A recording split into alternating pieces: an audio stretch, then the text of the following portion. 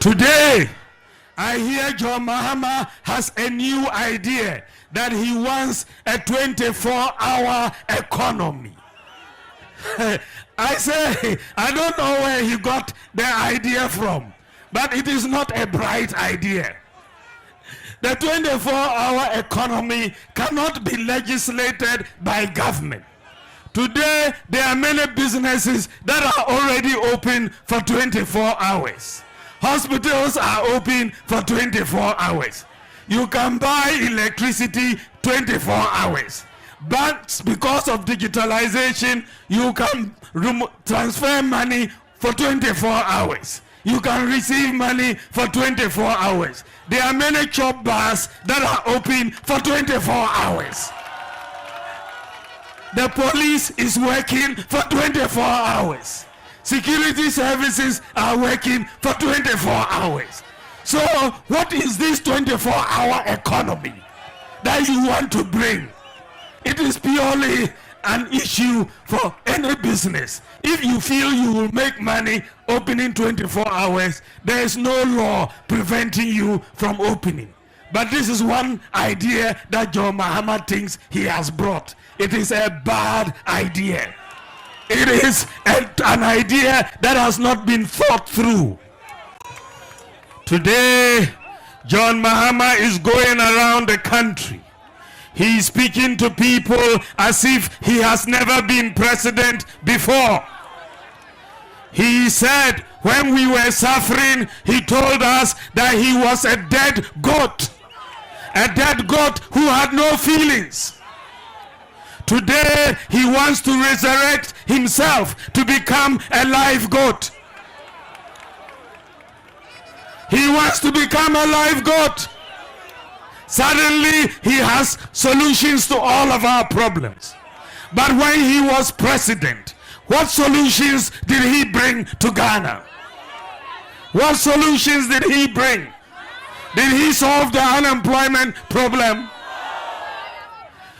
Did he tackle corruption? Did he create jobs?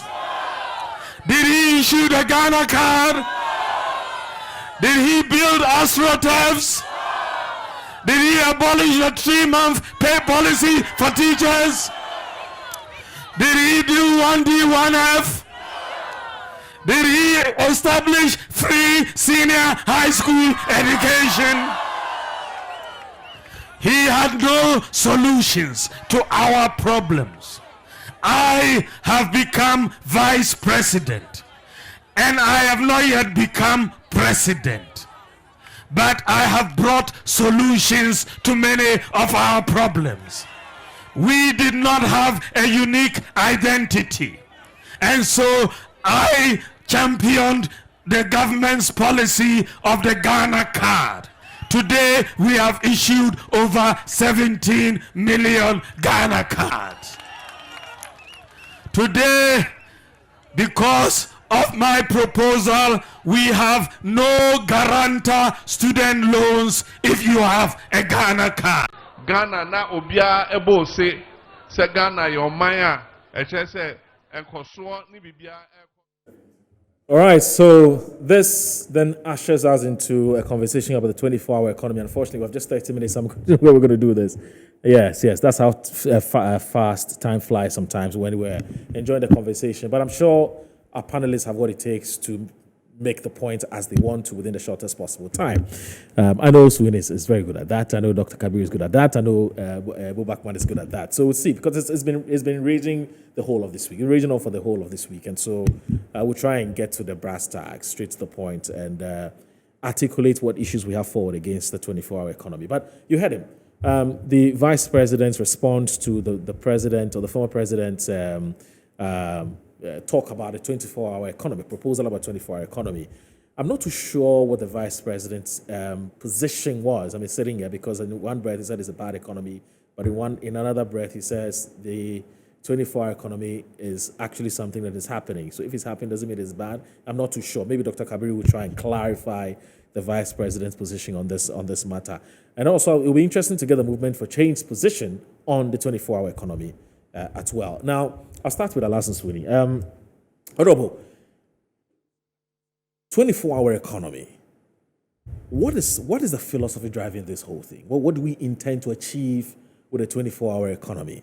And do you agree with those who say that the 24-hour economy is something that is already happening? Yes, we can improve it, but it's already happening, so it's not novel, it's not new, it's not innovative. So 2 questions in one. Well, Oro, even before I attempt to directly answer your question, let me just, make an observation about what Dr. Mahmoud Bawumia said, which you played back a while ago. This week, I noticed something that I said long ago started trending. And I said it, that if you take out Dr. Mahmoud Bawumia's attacks on his senior brother, John Mahama, his value is left next to nothing to an MPP person. Really? I mean, watch him. How he's become the whiz kid in the NPP has been based on how well, sometimes shamefully, he has attacked John Mahama. That's how he became the star boy in the NPP. Wait, listen. So it is the oxygen that he breathes. He doesn't even know when to take his foot off the pedal, because that's what gives him his relevance. Attack him, insult him, disrespect him, talk down on him. That's what gives him his relevance in the New Patriotic Party. And Moro, yes, that's what I'm saying. That's what gives him the relevance. Right. But I am shocked that he seemed not to have, realized that the upbringing that we all have gotten from, where we come from, frowns upon that behavior. And that is why when he visited the Yana, as the repository of our culture and wisdom, had some wise words for him. And I don't know if this tape that you played was before his visit to the Yana or after. It was actually after. Then that. Oh, it was before. If it was before. The information I had is what? Because I asked somebody close. If it was. Yeah, if it was before. Yes. Oh, so that was before he visited the chief. Okay. But it doesn't matter. For me, it doesn't matter. If it was before. Or after. If it was before. I can understand, and I hope that the Yana's advice to him will begin to reflect after this. Okay. Because he told him that John Mahama is your senior brother. He's not your rival. When an old man speaks like that, you should know it is based on observation. And I'm saying that when you consider the fact that his relevance in the MPP has been based on how well he attacks John Mahama, then you understand why he is still going the way he is going, because it is his oxygen. But Moro, you asked a question about what this 24-hour economy is all about. You recall that President John Mahama became president in 2013 after serving under President Mills as vice president. When this country was ushered into the period of electricity crisis that had been recurring, because the crisis we experienced under Jerry Rawlings got worse under President Kufuor, and that's where even toy machines, not my words, the words of the VRE boss at the time, Rekubobe Tarzan, were purchased. The same crisis happened under Mills when he said that even the niece went to a salon and was fighting people for saying, at Mills, why are you putting off the lights? Then when it got to President Mahama, it got worse. And he stood before Parliament And he said, I am not going to manage this problem. I am going to fix it, and I will not pass the buck. So he set out to fix the energy problem because it had three, sources. The problem had three sources: the financial problem, the fuel problem, and then the generation problem. Right. He fixed the generation problem with the plans that he brought, fixed the financial problem with ESLA and others, and fixed the fuel problem with Fast Tracking Ghana Gas and others. Fixed it. Having sat back, you and I will agree that 7 years on, this government have messed up almost every sector of our lives. Talk about education. Basic education is down, and I'm not the one saying it.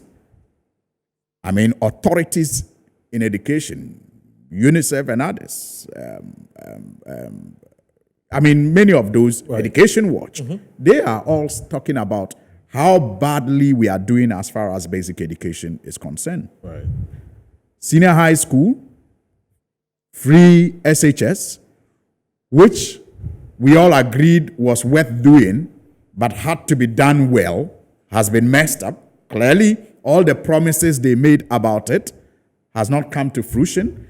Anybody who has a ward or a relative in senior high school knows that the education then was better than now. Congestion and all those things. Tertiary education is in crisis. Professional education, worse. Talk to teacher trainees, talk to nursing trainees. I mean, all the promises they made them are not being fulfilled.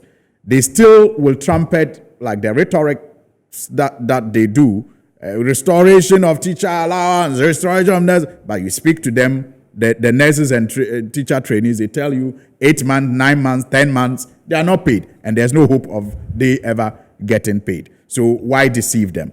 Talk about the health sector. The General Hospital abandoned. Then they promised us 45 district hospitals. They couldn't do it. Then COVID hit. They came with Agenda 111.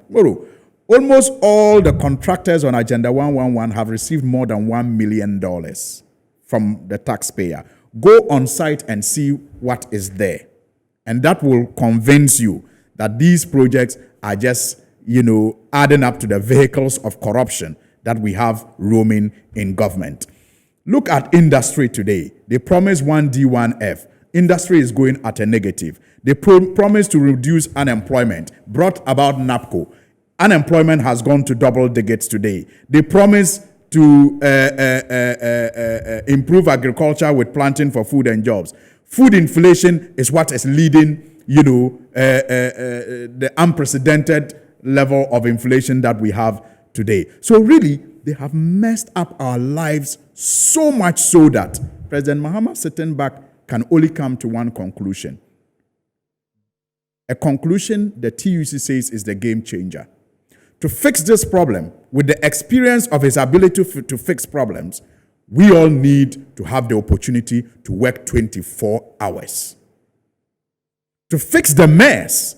And the IMS and others have predicted that our country's GDP has to grow, at unprecedented levels consistently for us to get back to the level that we were before these people came to power. So if we are going to continue doing business as usual, working 5 to 6, 6 to 5, working 6 to 5, 8 hours a day, we cannot fast track the resolution of the crisis that these people have created. Right. And so we need to begin to look at how to work or give opportunity for businesses and industry and other institutions of state to work 24 hours.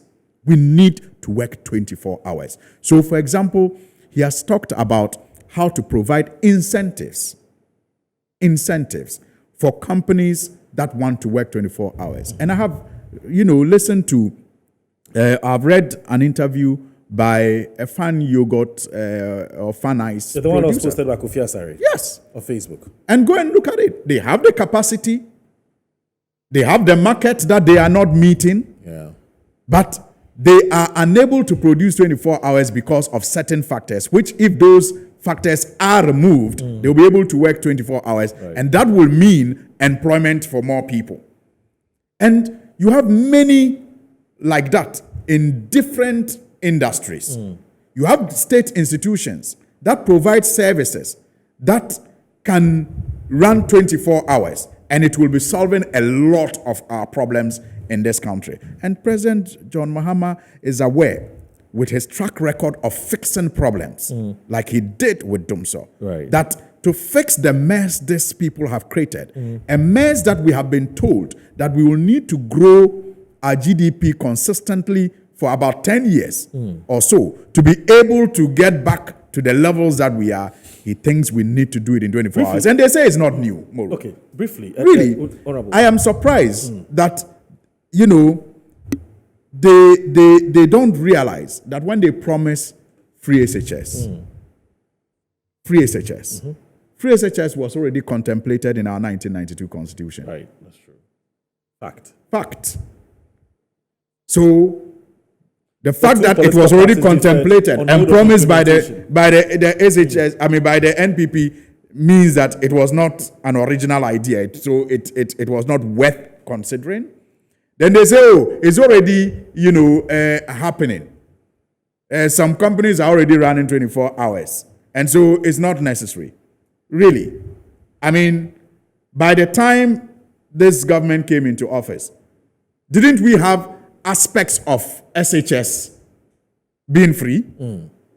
There were so many components of SHS that were free. So there's nothing new under the sun. Yes, and what I'm saying is that if free SHS was a good idea, despite the fact that it was not an original one, and that some aspects of SHS education was already free, but yet still it was still considered a good idea. The fact that the 24-hour economy is, you already have some institutions doing 24 hours, and maybe that doesn't make it new, does not mean that it is not the game changer that will fix the mess that these people have created in the last 7 years. Kabiru, I don't know where you stand. Well, of course, we've heard the Vice President take on this. He thinks it's a bad idea. He thinks it's not a bright idea. He says the former president thinks that he has come up with a new policy, a policy which is already happening. And there's this whole talk about, the vice president saying that, if you go to the chop bars, they operate 24/7, but I think that's just on the lighter side. Really, what's the position? Is it that the New Patriotic Party is saying that are you saying it's a bad idea, or you think it's a good idea, but it is going to be difficult to implement? What exactly is the position? We need some clarity. Right, so maybe your microphone. my senior brother has given me a clue on how I should approach this topic. Right. And then it's good. I'll take a cue from that. I can tell he's very excited that I came before him. You see, he started by an attack on his senior brother. Right. My boss using as how he's been attacking. And he reduced the argument to suggest that the vice president is not more than any mere foot soldier, but for his attack on the former president. I find that unfortunate because it's on fact, on record, that it is Dr. Mahmoud Bawumia who has changed the narrative for a positive of insult to issue-based politics. Okay. It's an established fact. Right. That before our politics were not driven by issues. He brought in issues. People questioned the issues. But that's also not defended true. them. You remember the one-time premium? It became a big topic. It was discussed. In fact, where Professor Mills, I'm saying that the only thing that is a fact is incompetent. Who do we associate him? The vice president. And incompetent is an insult too. Right. Let me make Please go ahead. Check your dictionary. The vice president, incompetence.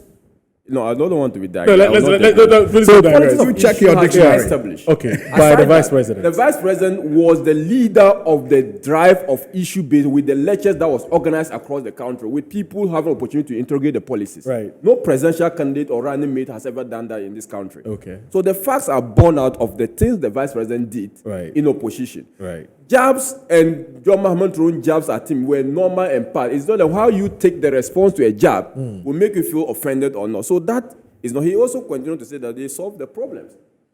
Dumso was not solved as at even January 2017, we had problems with Dumsor.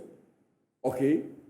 John Mahama even at the time said, I've stopped promising people, I promise not to promise again. Because each time he promised he was going to fix Dumsor, it wasn't fixed. Okay? Government, as of 2020, had spent 4.7 billion in trying to fix the energy crisis. That is not true. Is that true? Dumsor was solved in 2016. Like you said, the governments at the time dealt with generation and I'm saying that the Dumsor issue was not a generation, it was a financial crisis, and government was bankrupt. In fact, there was an announcement of the stoppage of load shedding. We shouldn't. He made a lot of allegations about education going down. You allowed them went on. And I have facts. His boss said that John Mahama doesn't deserve credit for fixing Dumsor. After he fixed it, he made a lot of untrue statements. You glare over them, and they went on. He meant about education without giving us any specific on education. Standard of education falling down. When the BEC, the results, senior high school result has shown an improvement in the performance of students, especially in the core subjects. These are facts. You didn't question that when you say education standard is coming down. So let me make this point. Look, the sectors, apart from that, my boss point is that John Mahama is not coming from Mars. Right. He's been president. He promised he will grow this in country at 8% GDP. He failed woefully on that. He promised the people of Ghana we are going to have stable health insurance. People were living in health insurance arrears. He promised the people of Ghana that he's going to ensure that we will live a cashless economy. It was in their manifesto. We are doing cash and carry. It took Bawumia to digitalize and make payment system more detailed. So there are countless number of promises the former president made, and he never fulfilled them. Now, when you come back, for such a person coming back to make promises that I'm now going to give Ghana a 24-hour economy, any person who has had the benefit of listening to the president and his members an opportunity to serve as vice president and president will ask genuine questions. Has it changed? Is it that he has now got some magic wand that was not hard when he was president or vice president? These are the questions someone will ask. And the vice president, issues with the policy when he said it was not a bright idea was one. When you are proposing a policy and you are making a national policy, that policy's sustainability and longevity is as important as the mention of that policy. So he didn't see how a country, and no country across the globe, would implement and legislate a policy. They came back and explained that we don't intend to legislate it. It's going to be optional, voluntary. Yeah, voluntary. The vice president said, well, now, the sectors which are the sectors you are going to make 24 hours of, to the best of my knowledge, almost the security sector is 24 hours. Manufacturing sector, where the demand requires, operates 24 hours. We have digitalization of systems that makes transfer of money in the financial sector 24 hours. We have mobile money interoperability, seamless transfer of money 24 hours. The vice president said before we came to office, ECG was not doing 24 hours, but now in the middle of the night, you can buy your credit 24 hours. So looking at the various sectors, I am dumbfounded as to areas that the former president is coming to make 24 hours. These are the questions he raised. And he thought that if you are, in fact, the most important thing is even that the former president has got 7 years of time. Yeah. 7 years of freedom. 7 years of Virgil doing nothing to think about the solutions he wants to proffer to the people of Ghana in order for the people of Ghana to accept him. This is the benefit the former president has got. Right. And he has come with a policy after 7 years to tell us that he wants to do 24-hour economy without the definition of what 24-hour economy entails. Okay. Because no country across the globe has had 24-hour economy. Right. Ghana probably will be the first country to have 24-hour economy. Okay. There are cities of a country.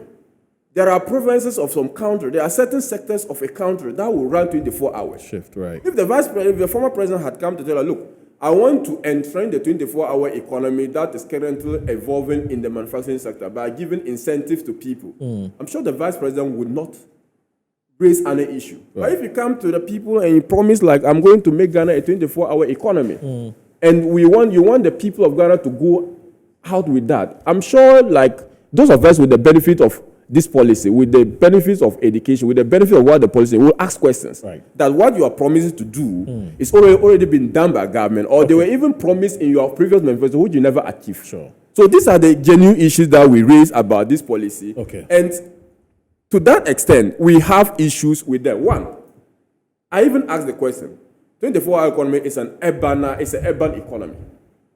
What happens to the largely rural economy we're having? Right. Agriculture. How does this policy address their needs? Okay. Of course, one may say that at each point that you may not have a policy that addresses the totality of needs of Ghanaians, Right. which is going to be a valid and genuine argument to make. Right. But that said, one would wonder, is it going to discriminate against rural communities, or is going to encompass, how is it going to encompass them? Those clarity is not there, and they don't have the clarity. Two, the definition of urban, 24 economy is not even provided by them. For us to have a firm handle of what specifically is your definition of, elsewhere, 24-hour economy is a night economy. Right. And I can give an example of countries that the 24-hour economy is a night economy. We have the issue of Sydney I've always cited. We have the case of New York. Okay? And when I say night economy, people reduce it to mean that 9 clubs, and no, it's part. And that creative and hospitality industry is an major booster, and tourism. Right. Festivals, which are also sort of organized in 9, are part of the economies of country. Okay. So it's not just chop bars, Right. but chop bars are part and parcel of it. So when you are presenting such a policy, one would ask these questions. Okay. On the more important issue, no doubt that such a policy, when implemented to improve on the already existing programs that are running 24 hours, it will contribute to employment. No one is doubting that. Right. I agree that, look, when you support finance to continue or to entrench the 24-hour economy they are already running, it's going to increase more jobs. But the more issue of efficiency has always been my problem. Okay. How will you want someone to work 24 hours when the person can do the work for 10 hours? Legitimate question. Let me go to Prof. These are questions that people will raise. Right. People say DVLA. Before DVLA, we can do 24 hours. But the question is that has DVLA exhausted the capacity, the efficient capacity within the time given? Let me quickly get Prof's Prof, just briefly, because we've run out of time. If you can do this in a few minutes, what do you make of how the new patriotic party, of course, the vice president and the flag bearer, have responded to this 24-hour economy? What sense do you get?